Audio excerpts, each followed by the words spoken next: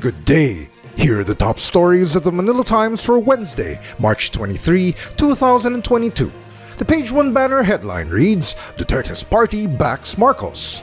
President Rodrigo Duterte's party endorsed survey frontrunner Ferdinand Bongbong Marcos Jr. as its presidential candidate for this year's national elections. COMELEC to resume Operation Baklas. The Commission on Elections, or COMELEC, will resume its Operation Baklas, or dismantling of prohibited campaign materials, on Friday, the start of the official 45-day campaign period for candidates for local positions in the May 9 polls. NAMFREL denies involvement in May poll fraud discussions. Election watchdog National Movement for Free Elections, or NAMFREL, has denied having issued a statement that it was involved in discussions about allegations of massive cheating in the May 9, 2022 national and local elections. Mandatory mask wearing to continue, says Duterte. While other countries have lifted their policies on mandatory wearing of masks, President Rodrigo Duterte maintained that he was not inclined to scrap the country's mask mandate, even though the Philippines was considered very low risk for COVID-19. DOH open to yearly jabs. The Department of Health, or DOH, said on Tuesday it was ready to administer yearly inoculations for COVID-19 if there is strong evidence to back up the move. Truth must come out in Isabong abductions. Senator Christopher Lawrence Bongo said on Monday the truth must come out on the mystery behind the disappearance of at least 34 Isabong players. DBM releases 7 billion pesos for drivers' subsidy.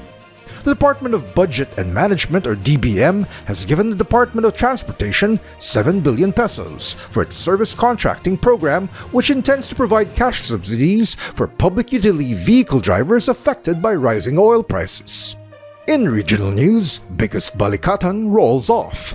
The largest iteration of the Philippine-led annual exercise Balikatan that takes place across Luzon from March 28 to April 8 will be joined by approximately 8,900 members of the Armed Forces of the Philippines and the United States military this year.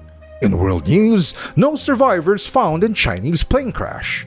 Mud-stained wallets, bank cards, official identity cards. Some of the personal effects of 132 lives presumed lost were lined up by rescue workers, scouring a remote mountainside on Tuesday for the wreckage of a China Eastern plane that inexplicably fell from the sky and burst into a huge fireball a day earlier.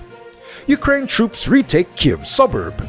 Ukrainian forces said they retook a strategically important suburb of the capital, Kyiv, on Tuesday, while Russia's attack on the embattled southern port city of Mariupol raged unabated.